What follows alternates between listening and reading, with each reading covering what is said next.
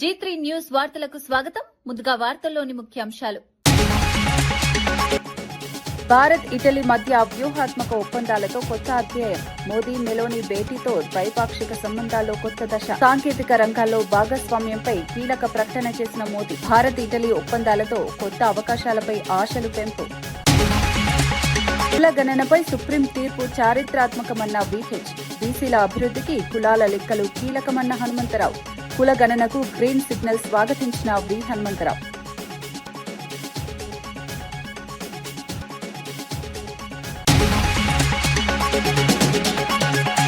జువ్వలదిన్నె హార్బర్పై చంద్రబాబు మాటలు అబద్దాలన్న కాకాని. 80% పనులు జగన్ హయాంలోనే పూర్తయ్యాయన్న కాకాని. పూర్తయిన పనులను తమ ఖాతాలో వేసుకోవడం మోసమన్న మాజీ మంత్రి.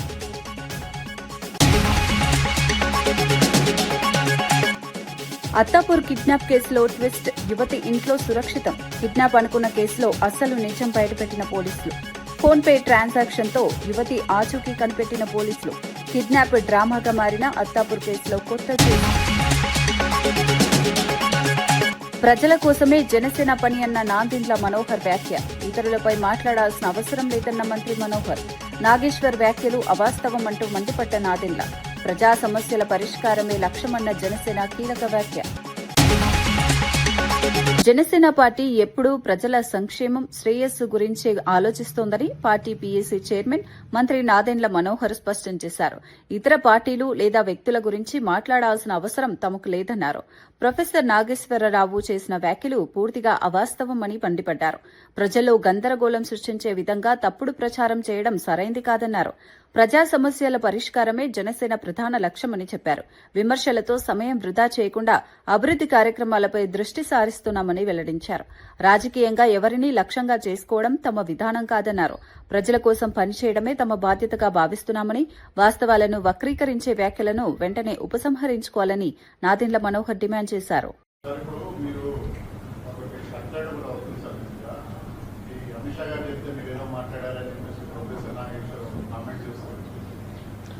అంటే ప్రొఫెసర్ నాగేశ్వరరావు గారి పైన నాకు చాలా గౌరవం ఉందండి. అంటే నేను సభాపతిగా ఉన్నప్పుడు ఆయన శాసన మండలి సభ్యులుగా ఉన్నారు, చాలా సీనియర్ ఆయన. ఎందుకు ఆ విధంగా మాట్లాడారో మన నాకు తెలియదు, ఎవరు మాట్లాడారో కూడా తెలియదు. అది పూర్తిగా అవాస్తవం. అది దయచేసి ఆయన ఉపసంహరించుకోవాలి. అది కరెక్ట్ కదా ఇన్ఫర్మేషన్.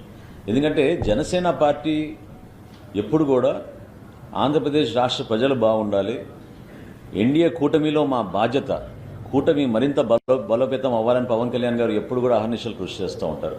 ఇతర పార్టీల గురించి మేము వెళ్ళి చర్చించాల్సిన అవసరం అసలు లేదు. ఆ సంభాషణ అసలు ఏనాడు కూడా జరగలేదు.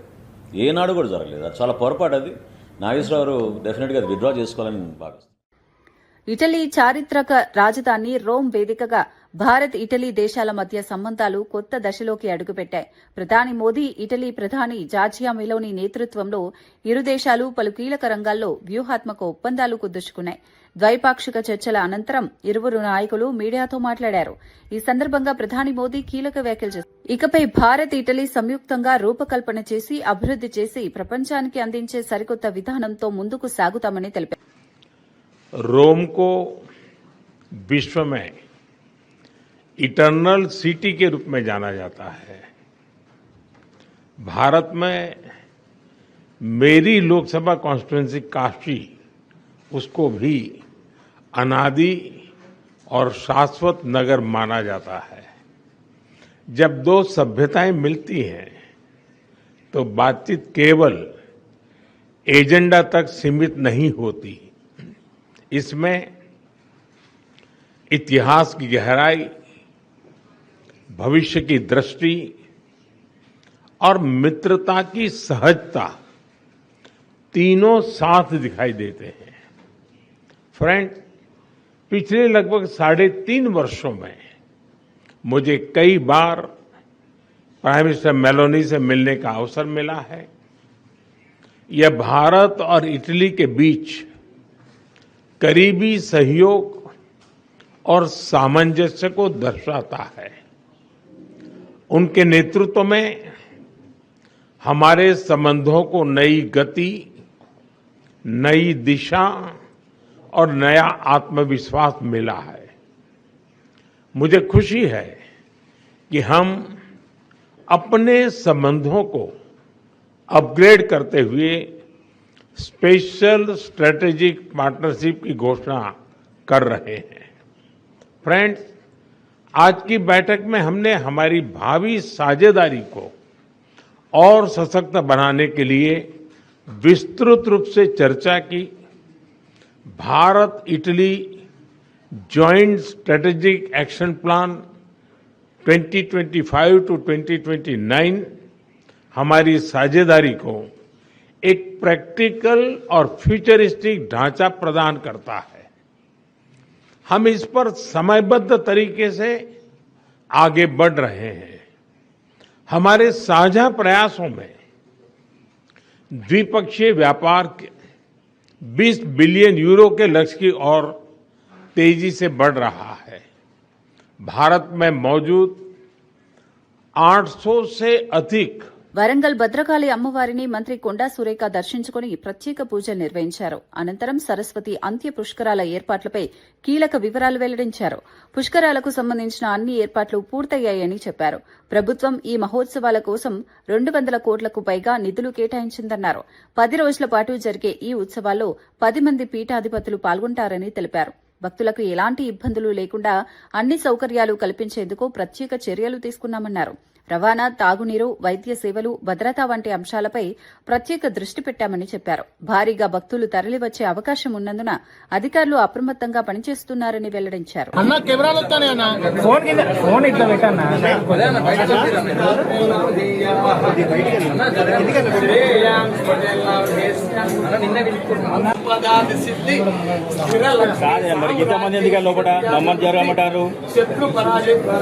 కొత్త ముందు మరి మమ్మల్ని జరగమంటే ఇక్కడ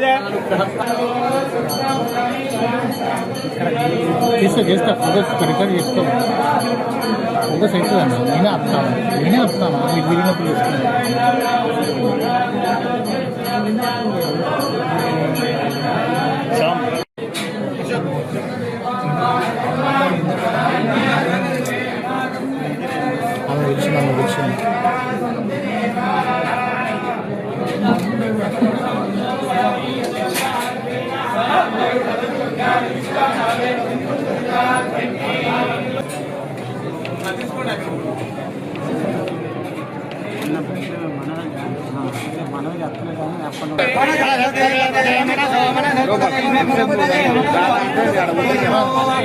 బయటకు అది మనమే చూసుకుంటాం.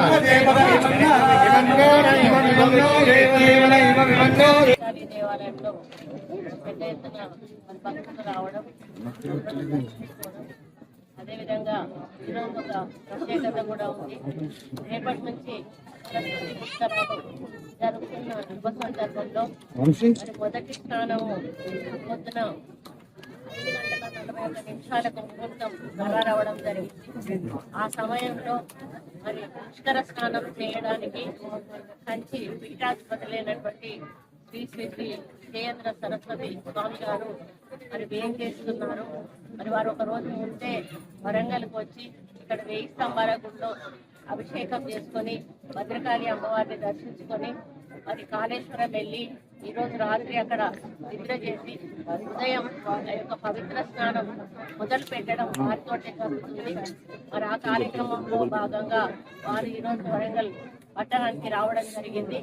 ఇది మనకు అందరికీ కూడా మహాభాగ్యంగా చెప్పుకోవాల్సిన అవసరం ఉన్నది. మరి పుష్కరాలు గతంలో ఆది పుష్కరాలు చాలా పెద్ద ఎత్తున సరస్వతి పుష్కరాలు విజయవంతంగా చేయగలిగాము. కానీ అప్పుడు కొంత వర్షాకాలం ఉండడం వలన భక్తులకు ఇబ్బంది జరిగింది. మళ్ళీ ఈసారి అంత్య పుష్కరాలు 21 నుంచి వచ్చే నెల 1 వరకు కూడా నిర్వహించబడతా ఉన్నాయి. దీనికి గాను ప్రభుత్వం నుండి 30 కోట్ల రూపాయలు కూడా మరి ముఖ్యమంత్రి గారు కేటాయించడం జరిగింది. అక్కడ పనులన్నీ కూడా పూర్తి చేసి అన్ని సౌకర్యాలు కూడా భక్తులకు ఏర్పాటు చేయడం జరిగింది. ఈ స్వామి గారు ఒక రోజు చేసిపోతే మరి రోజు ఒక స్వామి గారు అంటే ఒక్కొక్క పీఠాధిపతులను కూడా మరి ఈ 10 రోజుల కార్యక్రమంలో భాగంగా ఒక్కొక్క రోజు ఒక్కొక్కరిని కూడా పిలిచి మరి వారి ద్వారానే మొదటి స్నానము మొదలు పెట్టడం జరుగుతుంది. అవే కాకుండా సాయంత్రం పూట మరి గంగా హారతి అనేది కూడా రోజు ఇవ్వడం జరుగుతుంది. గోదావరి హారతి, ఇప్పుడు మనం గోదావరి పక్కన ఉన్నాం కాబట్టి ఆ హారతితో పాటు ఆ హారతి అయిపోయిన తర్వాత సాంస్కృతిక కార్యక్రమాలు కూడా ఈ 10 రోజులు కూడా మరి నిర్వహించబడతాయి. భక్తులకు ఎటువంటి ఇబ్బంది లేకుండా మరి వికలాంగులకు కానీ వృద్ధులకు కానీ అదేవిధంగా చిన్నపిల్లల తల్లులకు కానీ కూడా ఎటువంటి ఇబ్బంది కాకుండా ఏర్పాట్లు చేయడం జరిగింది. చాలా మంది వాలంటీర్లను కూడా మరి నియమించడం జరిగింది. అన్ని శాఖలకు కూడా మరి వారికి ఆదేశాలు ఇస్తూ ఎవరి శాఖ వారు మరి రెస్పాన్సిబిలిటీ తీసుకుంటూ అన్ని శాఖల కోఆర్డినేషన్ తోటి వచ్చేటువంటి భక్తులకు ఎటువంటి ఇబ్బంది కాకుండా చూసుకోవాల్సిన బాధ్యత మరి అప్పచెప్పడం జరిగింది. మరి గతంలో జరిగిన మరి ఆది పుష్కరాలలో భాగంగా ఏ విధంగానైతే మరి మేము సేవలు అందించామో ఈ అంత్య పుష్కరాలలో కూడా అదే పెద్ద ఎత్తున సేవలు అందించడం జరుగుతూ ఉంది. అత్తాపూర్ కిడ్నాప్ కేసులో ఊహించని మలుపు చోటు చేసుకుంది. కిడ్నాప్ అయినట్లు భావించిన యువతి ఎలాంటి ప్రమాదంలో లేదని పోలీసులు నిర్ధారించారు. మలక్పేటలోని తన ఇంట్లోనే ఆమె సురక్షితంగా ఉన్నట్లు గుర్తించారు. రత్నదీప్ సూపర్ మార్కెట్లో జరిగిన ఫోన్పే ట్రాన్సాక్షన్ ఆధారంగా పోలీసులు యువతి ఆచూకీని గుర్తించారు. విచారణను వేగవంతం చేసిన అధికారులు సీసీటీవీ ఫుటేజ్, ఫోన్ లొకేషన్ ఆధారంగా పూర్తి వివరాలు సేకరించారు. ఈ ఘటనపై అనేక అనుమానాలు వ్యక్తమైన నేపథ్యంలో రాజేంద్రనగర్ జోన్ డీసీపీ శ్రీనివాస్ కీలక విషయాలు వెల్లడించారు. యువతిని ఎవరూ కిడ్నాప్ చేయలేదని, కారులో తీసుకెళ్లింది ఆమె స్నేహితులేనని స్పష్టం చేశారు. దీంతో కిడ్నాప్ కథనంగా ప్రచారం జరిగిన ఈ వ్యవహారం చివరికి డ్రామాగా మారింది. ఘటనపై పోలీసులు మరింత విచారణ కొనసాగిస్తూ పూర్తి వివరాలు సేకరిస్తున్నారు. ప్రకారం ఒక ఇనిషియల్ గా ఒక కేసు రిజిస్టర్ చేయడం, అదే విధంగా దాని తర్వాత ఇన్వెస్టిగేషన్ స్టార్ట్ చేస్తాము. సో ఈ రోజు మధ్యాహ్నం ఎవరైతే విక్టిమ్ ఉన్నారో ఆ విక్టిమ్ ని వారి సొంత ఇంట్లో మా టీమ్స్ వెళ్ళి ఆ విక్టిమ్ ని అక్కడ ట్రేస్ చేసుకోవడం జరిగింది. సో ఫర్దర్ గా ఆమె స్టేట్మెంట్ కూడా మేము రికార్డ్ చేసుకున్నాము. అదే విధంగా వాళ్ళు ఎవరైతే వచ్చి అమ్మాయిని తీసుకెళ్లారో ఆమె స్టేట్మెంట్ బేస్ చేసుకొని ఫర్దర్ యాక్షన్ దానిపైన ఉంటుంది. సో విత్ ఇన్ ది వాళ్ళ సేమ్ ఏదైతే ఫ్రెండ్స్ అండ్ వాళ్ళ పరిచయస్తులు ఉన్నారో వాళ్ళందరని ఆమె చెప్తా ఉంది. ఇంకా ఫర్దర్ గా ఆమె స్టేట్మెంట్ రికార్డ్ అయిన తర్వాత the next further of action దానిపైన ఆధారపడి ఉంది. సెక్యూరిటీ ఫిర్యాదులో సెక్యూరిటీ దాంట్లో వాళ్ళే కంప్లైనెంట్, ఆ జాయ్ హాస్పిటల్ వాళ్ళే ఉన్నారు. ఆ కంప్లైనెంట్ లో పిటిషన్ లో ప్రాపర్ గా అది మెన్షన్ చేస్తుంది. సో వన్స్ ఈమెది స్టేట్మెంట్ కంప్లీట్ గా స్టేట్మెంట్ రికార్డ్ అయిన తర్వాతనే ఫర్దర్ ఎవరైతే దీంట్లో బాధ్యులు ఉంటారో వాళ్ళ పైన యాక్షన్ తీసుకోవడం జరుగుతుంది. Thank you. కూడా ఇంకా మేము ఇన్వెస్టిగేషన్ లో భాగం అది. సో ఇప్పుడే వాళ్ళు ఇక్కడ మా పోలీసుల దగ్గరికి రావడం ఒక హాఫ్ అన్ అవర్ బ్యాక్ వచ్చారు కాబట్టి సో ఐఓ అండ్ వాళ్ళ టీమ్ ఆ స్టేట్మెంట్స్ అన్ని రికార్డ్ చేస్తా ఉన్నారు. స్టేట్మెంట్స్ రికార్డ్ అయిన తర్వాతనే ఏదన్నా ఇంకా మేము రివీల్ చేయొచ్చు. అందరు కూడా ఒకరికొకరు పరిచయం ఉన్న వాళ్ళు. సో దీంట్లో కిడ్నాప్ అనేది కానీ అబ్డక్షన్ కానీ ఎలాంటిది లేదని ఇప్పుడు తెలుస్తాం. అంటే ఇంకా నేను మీకు మళ్ళీ కూడా సెకండ్ టైం కూడా రిపీట్ చేస్తాను. ఇంక ఇన్వెస్టిగేషన్ ఫర్దర్ ఇంకా చేయాల్సి ఉంది. సో అన్ని కూడా అన్ని యాంగిల్స్ లో దాన్ని వెరిఫై చేసిన తర్వాత కన్క్లూజన్ ఫ్రెండ్షిప్ అండ్ వాళ్ళందరికి పరిచయం ఉందనే ఇప్పటి వరకు మాకు తేలింది.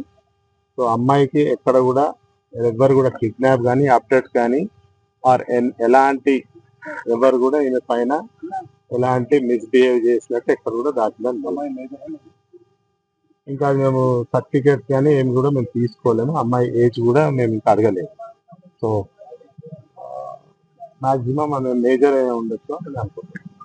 ఏం జరుగుతుంది జస్ట్ ఇనిషియల్ స్టేజ్ లో ఉన్నాం ఇది. సో ఫర్దర్ గా వి వాంట్ సమ్ టైం.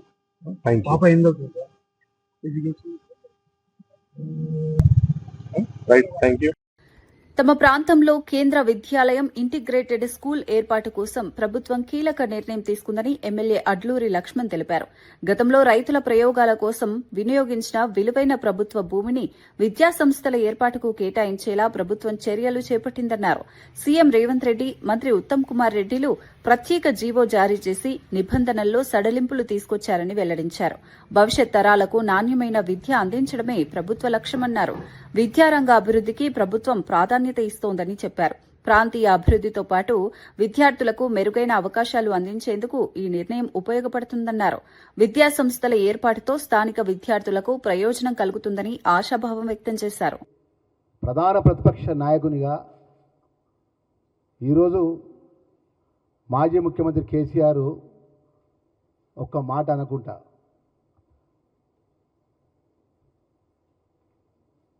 రాష్ట్ర ముఖ్యమంత్రిని పట్టుకొని నోటికి వచ్చేస్తంత మాట్లాడుతున్నావు కదా, మేము ఇక్కడి నుంచి ఇప్పుడు మాట్లాడలేమా? ప్రజలతో ఎన్నుకోబడ్డ ప్రజాస్వామ్య పద్ధతి ద్వారా రాజ్యాంగ నిర్మాత డాక్టర్ బిఆర్ అంబేద్కర్ గారు రాజ్యాంగపరంగా ప్రజల ఓట్ల ద్వారా మనం ఎన్నుకోబడి చట్టసభలో పోయినప్పుడు అంబేద్కర్ గారు ఇచ్చినటువంటి రాజ్యాంగపరంగా ఒక శాసనసభ్యులందరూ కలిసి ఒక ముఖ్యమంత్రిని ఎన్నుకుంటారు. ఒక ముఖ్యమంత్రి కుర్చీని పట్టుకొని వ్యక్తిగతంగా నువ్వు మాట్లాడడం అనేది ఎంతవరకు సమంజసం అని చెప్పి అంటున్నాం. నీ భారతీయ జనతా పార్టీ లెక్క నాగ్పూర్లో కూర్చొని మీ ఆర్ఎస్ఎస్ సంబంధించినటువంటి వ్యూహం ఏదైతే ఉంటుందో ఆ వ్యూహాన్ని అమలు చేసే కాంగ్రెస్ పార్టీ కాదు. భారతీయ జనతా పార్టీ మీరు ఏ విధంగా చేస్తుందో ఆ విధంగా కాంగ్రెస్ పార్టీ కాదు. కాంగ్రెస్ పార్టీ అన్ని వర్గాలను కలుపుకుపోయే పార్టీ. మరి ఆ పార్టీల పక్షాన అఖిల భారత కాంగ్రెస్ పార్టీ నియమించినటువంటి పిసిసి అధ్యక్షునిగా ఉండి ఆ రోజు ప్రధాన కాంగ్రెస్ పార్టీ పక్షాన గ్రామాన పాదయాత్ర చేసి ప్రజాపాలన లోపల ప్రజలు ఆశీర్వదించి 2023 డిసెంబర్ లోపల ప్రజలు అవకాశం ఇచ్చి ప్రభుత్వంకి వచ్చిన తర్వాత ప్రజలకు సంబంధించిన అనేక సంక్షేమ కార్యక్రమాలు ఏమని మాట్లాడినావు? కేంద్రం భిక్షమెత్తే అని చెప్పి మాట్లాడినావు. ఇలా రాష్ట్ర ప్రభుత్వం ద్వారా కేంద్రానికి ఎంత మనం పన్ను కడుతున్నాము మీకు లెక్క తెలుసా అంటున్నా. మనకు వచ్చే దామాషా ప్రకారం మన రాష్ట్రానికి రావాల్సినటువంటి కేంద్రం నుంచి నిధులు వస్తున్నాయని చెప్పి అంటున్నా. ప్రస్తుత సమయంలో ఈ రాష్ట్రంలో 33 జిల్లాల్లో వరి ధాన్యానికి సంబంధించిన తీవ్రమైన ఇబ్బంది ఉంది.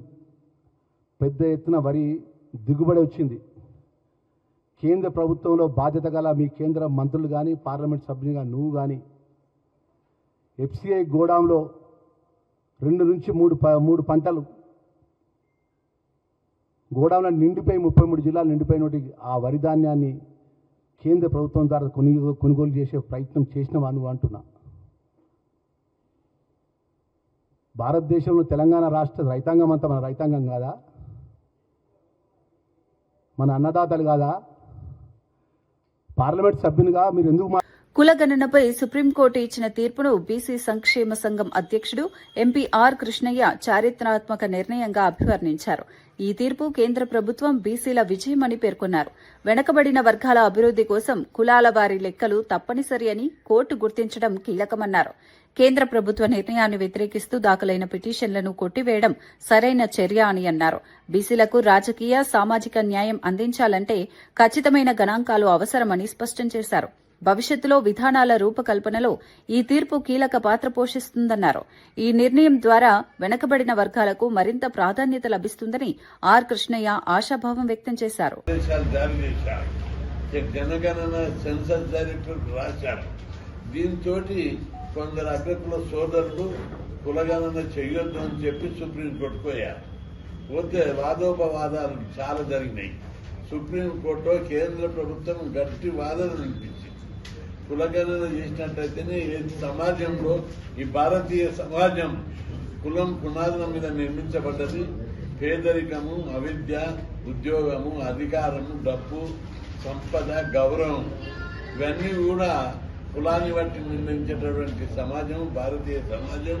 అందుకే ఈ వివక్షతలు, అసమానతలు, సామాజిక ఆర్థిక వివక్షతలు, సామాజిక ఆర్థిక అసమానతలు, రాజకీయ అసమానతలు తొలగిపోవాలంటే తప్పనిసరి ఏ కులాలు వెనుకబడినాయో ఆ కులాలకు మనం ప్రత్యేకమైనటువంటి ప్రాతినిధ్యం కల్పించాలంటే ఆ కులాల లెక్కలు తెలవాలి. ఏ కులం ఎక్కడ వెనుకబడిందో కులాల లెక్కలు తీసినప్పుడే అది తెలుస్తుంది. కరెక్ట్ స్టాటస్ ఫిగర్ తెలుస్తుంది అని చెప్పి సుప్రీంకోర్టులో కేంద్ర ప్రభుత్వం వాదించింది. కేంద్ర ప్రభుత్వం ప్రధాని నరేంద్ర మోదీ ఇటలీ పర్యటనపై కాంగ్రెస్ అగ్రనేత రాహుల్ గాంధీ తీవ్ర స్థాయిలో విమర్శలు చేశారు. ఇటలీ ప్రధాని జార్జియా మెలోనీతో భేటీపై స్పందిస్తూ ఇదంతా దేశ ప్రజలతో ఆడుతున్న పెద్ద ప్రహసనమని ఎద్దేవా చేశారు. దేశంలో ఆర్థిక తుఫాను వస్తోందని హెచ్చరించిన ప్రధాని ఆ మాట చెప్పిన వెంటనే విదేశాలకు వెళ్లారని విమర్శించారు. తన జేబులో మెలోడీ చాక్లెట్ పెట్టుకుని ఇటలీకి వెళ్లి అక్కడ సోషల్ మీడియా కోసం రీల్స్ చేస్తూ కాలక్షేపం చేస్తున్నారని సెటైర్లు వేశారు. దేశంలో నిరుద్యోగం, ఆర్థిక సమస్యలు పెరుగుతున్న సమయంలో ప్రజల సమస్యలు పట్టించుకోకుండా విదేశీ పర్యటనల్లో బిజీగా ఉన్నారని ఆరోపించారు. రాహుల్ వ్యాఖ్యలు ఇప్పుడు జాతీయ రాజకీయాల్లో చర్చనీయాంశంగా మారాయి. कम पेट्रोल का प्रयोग करो, सोना मत खरीदो, इलेक्ट्रिक गाड़ी खरीदो और विदेश में दौरा मत करो। और फिर उसी के एक दिन बाद 3-4 हजार करोड़ रुपए के हवाई जहाज में नरेंद्र मोदी घुसे, इटली की ओर गए, जेब में टॉफी ले गए और वहां की प्राइम मिनिस्टर को उन्होंने मेलोडी टॉफी खिलाई। अब देखिए ये क्या देश की जनता के साथ क्या खिलवाड़ हो रहा है। मतलब देश में पेट्रोल की कमी, गैस की कमी, बिजनेस बंद हो रहे हैं, फैक्ट्रियां बंद हो रही हैं, महंगाई बढ़ती जा रही है, किसानों को खाद नहीं मिलेगी, पूरा का पूरा इंडस्ट्रियल सिस्टम हिलेगा। समय आने वाला है। ईरान ने, अमेरिका और ईरान की लड़ाई हुई, उसने हॉर्मुज को बंद कर दिया। 20% तेल मार्केट से हट गया और नरेंद्र मोदी एकदम मेलोनी जी के पास जाते हैं, उनको टॉफी खिलाते हैं और ऐसे रील बनाते हैं। నెల్లూరు జిల్లా జువ్వెలదిన్నె ఫిషింగ్ హార్బర్ వివాదంపై మాజీ మంత్రి కాకాని గోవర్ధన్ రెడ్డి తీవ్ర విమర్శలు చేశారు. కూటమి ప్రభుత్వం ప్రజలను తప్పుదారి పట్టిస్తోందని ఆరోపించారు. ముఖ్యమంత్రి చంద్రబాబు నాయుడు చెప్పేవన్నీ పచ్చి అబద్దాలని మండిపడ్డారు. గత వైఎస్సార్సీపీ ప్రభుత్వ హయాంలో వైఎస్ జగన్మోహన్ రెడ్డి చొరవతో 80% పైగా పనులు పూర్తయ్యాయని తెలిపారు. కనీసం తట్టెడు మట్టి కూడా వేయని వారు ఇప్పుడు తామే పనులు చేశామని చెప్పుకోవడం సిగ్గుచేటన్నారు. అభివృద్ది పనులను రాజకీయంగా ప్రచారం కోసం ఉపయోగించుకోవడం తగదన్నారు. ఇప్పటికే పూర్తయిన పనులను తమ ఖాతాలో వేసుకోవడం ప్రజలను మోసం చేయడమేనని కాకాని తీవ్ర వ్యాఖ్యలు చేశారు. సంబంధించి లేనిపోని నేను 80% పూర్తి చేశా, 288 కోట్లు తెచ్చా, ₹1 తట్టెడు మట్టి వేశావా? ₹1 ఖర్చు పెట్టకుండా తట్టెడు మట్టి అయినటువంటి నువ్వు 288 కోట్ల రూపాయలు ఖర్చు పెట్టాం, 80% పూర్తి అని చెప్పి ఏమాత్రం సిగ్గు లేకుండా బిడియం లేకుండా మాట్లాడావంటే నిజంగా ఆలోచించారు. జగన్మోహన్ రెడ్డి గారికి చేసినటువంటి పని. జగన్మోహన్ రెడ్డి గారు జువ్వెలదిన్నె ఫిషింగ్ హార్బర్ మత్స్యకారులకు ప్రారంభించింది. జగన్మోహన్ రెడ్డి గారు ఫిషింగ్ హార్బర్లు ప్రారంభించాడు ఆ రోజు ఆయన హయాంలో. ఫిష్ ల్యాండింగ్ సెంటర్లు ప్రారంభించాడు ఆయన హయాంలో. మత్స్యకారులందరికీ ఆ రోజు రాష్ట్రం మొత్తం మీద 4 పోర్టులుంటే ఆ ప్రతి 4 ప్రదేశాల్లో 6 పోర్టులుంటే కొత్తగా 4 పోర్టులు అదనంగా తెచ్చాడు. ఆ రోజు ఆయన ముందు 6 పోర్టులుంటే 4 పోర్టులు అదనంగా తీసుకురావడంతో పాటు ఆ 4 పోర్టులతో పాటు కూడా మరొక 10 ఫిషింగ్ హార్బర్లు తీసుకురావాలని చెప్పి 10 ఫిషింగ్ హార్బర్లు శాంక్షన్ చేయించాడు. ఒక మ్యాప్ గీసి రాష్ట్రంలో ఎక్కడ మత్స్యకార కుటుంబాలు ఉన్నాయి, ఆ మత్స్యకార కుటుంబాలు ఉన్నటువంటి ఆ తీర ప్రాంతంలో ఏ విధంగా వీళ్ళకి మనం మేలు చేయాలి అని ఆ ఫిషింగ్ హార్బర్ కానీ ఫిష్ ల్యాండింగ్ సెంటర్స్ కానీ ఏర్పాటు చేసినటువంటి ఘనత జగన్మోహన్ రెడ్డి గారికి అయితే, జగన్మోహన్ రెడ్డి గారు తీసుకొచ్చినటువంటి ఆయన హయాంలో జరిగినటువంటి అభివృద్ధి తాను చేసినట్టుగా ఈరోజు మాట్లాడడం అనేటువంటిది సిగ్గు చేయటటువంటి పని. నీకు ఒకళ్ళు తెలియకపోతే గుర్తు చేసుకో. మరలా చెప్తున్నాం, 26,000 కోట్ల రూపాయలతో పోర్టులు కానీ ఫిషింగ్ హార్బర్లు కానీ ఫిష్ ల్యాండింగ్ సెంటర్లు కానీ జగన్మోహన్ రెడ్డి గారి హయాంలో నిర్మించడం జరిగింది. ఈరోజు నువ్వు చూస్తే 16,000 కోట్ల రూపాయలతో 4 పోర్టులకు జగన్మోహన్ రెడ్డి గారు శ్రీకారం చుట్టాడు. 3,800 కోట్ల రూపాయలతో 10 ఫిషింగ్ హార్బర్లు. ఏపీలో విజయవంతంగా అమలవుతున్న స్త్రీశక్తి పథకంపై సోషల్ మీడియాలో జరుగుతున్న ప్రచారం పూర్తిగా తప్పుడు సమాచారమని టీడీపీ రాష్ట అధికార ప్రతినిధి అప్పసాని రాజేష్ మండిపడ్డారు. వైఎస్సార్సీపీ కావాలని ప్రజల్లో అపోహలు సృష్టించే ప్రయత్నం చేస్తోందన్నారు. కేంద్రం నుంచి రాష్ట్రానికి పీపీపీ విధానంలో 1050 ఈవీ బస్సులు రానున్నాయని తెలిపారు. దీన్ని ఆర్టీసీ ప్రైవేటీకరణగా చిత్రీకరించడం పూర్తిగా తప్పుదారి పట్టించడమేనన్నారు. గత 9 నెలల్లో 67 లక్షల మంది మహిళలు 67 కోట్ల ఉచిత ప్రయాణాలు చేశారని గుర్తు చేశారు. సరే 5 సంవత్సరాలు తమ పాలనలో తాము చేసిన తప్పులేంటి, ఎందుకు ప్రజల నుంచి ఇంత తిరస్కారానికి గురయ్యాము, ఇంతటి తీవ్ర ఆగ్రహానికి గురి కావాల్సినంతటి పాలనా వైఫల్యాలు తమలో ఏమున్నాయి అనేది ఏ రాజకీయ పక్షాన కొంచెం పునరాలోచన చేసుకుంటుంది. తమ రాజకీయ విధానాలని, తమ ప్రచార తీరుని సమీక్షించుకునే ప్రయత్నం చేస్తుంది. కానీ వైసీపీ పార్టీ 2019 ఎన్నికలకు ముందు ఏ విధానాలను అవలంబిస్తూ వచ్చారో, ఏ దుష్ప్రచారాలు చేస్తూ ఇదే తమ రాజకీయ విధానంగా వాళ్ళు చలామణి చేస్తూ వచ్చారో, 2019 ఎన్నికల ఫలితాలకి ఏది వాళ్ళు సక్సెస్ ఫార్ములాగా ఎంచుకున్నారో అదే విధానాన్ని ఈరోజు కూడా అమలు చేస్తూ ప్రతి సక్సెస్ఫుల్గా నడుస్తున్న పథకానికి కూడా ఏదో ఒక రకమైన వక్రభాష్యాలు చెప్తూ ప్రజల్లో ప్రభుత్వం పట్ల వ్యతిరేకత పెంచగలము అని చెప్పని ఒక దురుద్దేశంతో వాళ్ళు ప్రచారం చేస్తూ ఉన్నారు. ఇందులో భాగంగానే గడిచిన 4-5 రోజులుగా కేంద్ర ప్రభుత్వం ద్వారా ఆంధ్రప్రదేశ్ రాష్ట్రానికి ఒక 1050 ఎలక్ట్రానిక్ అంటే ఈవీ బస్సెస్ అవి అందుబాటులోకి రాబోతున్న నేపథ్యంలో ఈ ఈవీ బస్సులు కేంద్ర ప్రభుత్వం ద్వారా దేశంలోని అన్ని రాష్ట్రాలకి ఏ పాలసీ ప్రకారం అయితే అందిస్తూ ఉన్నారో అదే జనగణనలో కులాల లెక్కింపునకు సుప్రీంకోర్టు గ్రీన్ సిగ్నల్ ఇవ్వడాన్ని తెలంగాణ ప్రభుత్వ సలహాదారు వి హనుమంతరావు స్వాగతించారు. గాంధీ భవన్లో నిర్వహించిన మీడియా సమావేశంలో ఆయన కీలక వ్యాఖ్యలు చేశారు. బీసీల జనాభా లెక్కలు తెలిసినప్పుడే సమగ్ర అభివృద్ది సాధ్యమని సుప్రీంకోర్టు స్పష్టం చేయడం చారిత్రాత్మక నిర్ణయమన్నారు. రాహుల్ గాంధీ గతంలోనే కులగణన ప్రాధాన్యతను గుర్తించారని గుర్తు చేశారు. కేంద్రంలోని బీజేపీ, ఆర్ఎస్ఎస్ బడుగు బలహీన వర్గాలను అణగదొక్కాలని చూస్తున్నాయని ఆరోపించారు. కేంద్ర గెజిట్లో ఓబీసీల ప్రస్తావన లేకుండా అదర్స్ అని పేర్కొనడం అన్యాయమన్నారు. ఉండొద్దని CBI, CJI chief justice of India Suryakant గారు చెప్పడం నా హృదయపూర్వక ధన్యవాదాలు. ఈనాడు నిజంగానే జ్యుడిషియరీ ఉన్నది కాబట్టి అక్కడక్కడ కొన్ని తప్పులు జరిగినా దాన్ని రెక్టిఫై చేసే కార్యక్రమం మా సూర్యకాంత్ గారు తీసుకున్నారు. ఇది 60 కోట్ల జనాభా సంఖ్య. గతంలో బీపీ మండల్ గారు ఏం చెప్పారు, యావత్ భారతదేశంలో కులాలు 3200 అన్నారు. మన రాష్ట్రంలో 136 కులాలు ఉన్నాయి. దీనికి రాహుల్ గాంధీ గారు ఎప్పుడైతే కన్యాకుమారి నుంచి కశ్మీర్ వరకు మ్యారథాన్ పాదయాత్ర చేసి 4500 కిలోమీటర్లు నడిచిన తర్వాత జనం సంగతి తెలుసుకున్నారు, నిరుద్యోగుల సంగతి తెలుసుకున్నాడు, రైతుల సంగతి తెలుసుకున్నాడు, పేదవాని సంగతి తెలుసుకొని అప్పుడు అన్నాడు, నేను ఇప్పటి వరకు ఎస్సీ ఎస్టీలకే అన్యాయం అనుకున్నా, వారికంటే ఎక్కువ బీసీలకు అన్యాయం జరుగుతుందని ఆయన ఒక కాల్ ఇచ్చిండు. We come to the power, will conduct caste wise census. అంతటితో అగలే జితినా ఇస్సేదారి ఉత్తి భాగీదారి అన్నాడు. జితినా తర్వాత ఆయన జితినా ఆబాదీ ఉన్కా హక్ అన్నాడు. వాహ్, అదే ఇవాళ నిర్ణయం అయింది. రాహుల్ గాంధీ గారు ఏ ఆలోచన చేశారో, గతంలో ఇందిరాగాంధీ గారు కూడా వాళ్ళ నానమ్మ ఆ రోజులలో దున్నేవాడికే భూమి, పేదలకు భూ సంస్కరణ అమలు చేసి ఒక్కొక్క దొర దగ్గర 400 ఎకరాలు 500 ఎకరాలు ఉండే, పేదమంది దగ్గర 1 ఎకరం కూడా లేదని ఆలోచన చేసి ఆ రోజులలో భూములు పంచిపెట్టింది మా అమ్మ. 20 అంశాల కార్యక్రమంలో బడుగు బలైన వర్గాలకు న్యాయం చేసింది. అదే కోవలో ఉన్నటువంటి, అదే బ్లడ్ లో ఉన్నటువంటి రాహుల్ గాంధీకి ఒక మంచి ఆలోచన వచ్చింది. కానీ మొన్న జరిగినటువంటి ఏదైతే గజెట్ తీశాడో. ఇవి ఈనాటి వార్తా విశేషాలు. మరో బులెటిన్ లో మళ్ళీ కలుద్దాం. నమస్కారం.